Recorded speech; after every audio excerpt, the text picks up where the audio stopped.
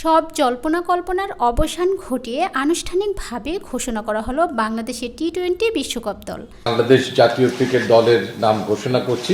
মঙ্গলবার দুপুরে মিরপুর শেরেবাংলা স্টেডিয়ামে দল ঘোষণা করেন প্রধান নির্বাচক গাজী আশরাফ হোসেন লিপু। অভিজ্ঞ মাহমুদুল্লাহ রিয়াদকে নিয়ে 15 জনের বিশ্বকাপ স্কোয়াড ঘোষণা করেছে বিসিবি। বিশ্বকাপে বাংলাদেশ দলকে নেতৃত্ব দেবেন নাজমুল হোসেন শান্ত।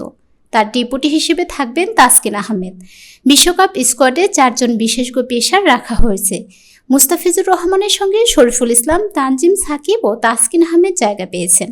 সাকিবুল হাসান সহ 4 বিশেষজ্ঞ স্পিনারও আছেন। বাকিরা হলেন শেখ মেহেদী হাসান, তানভীর ইসলাম এবং রিশাদ হোসেন।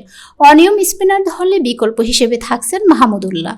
উল্লেখ্য, আগামী 2 জন স্বাগতিক যুক্তরাষ্ট্র ও কানাডার ম্যাচ দিয়ে বিশ্বকাপের পর্দা উঠল 8 জুন বিশ্ব মঞ্চের মিশনে মাঠে নামবে বাংলাদেশ।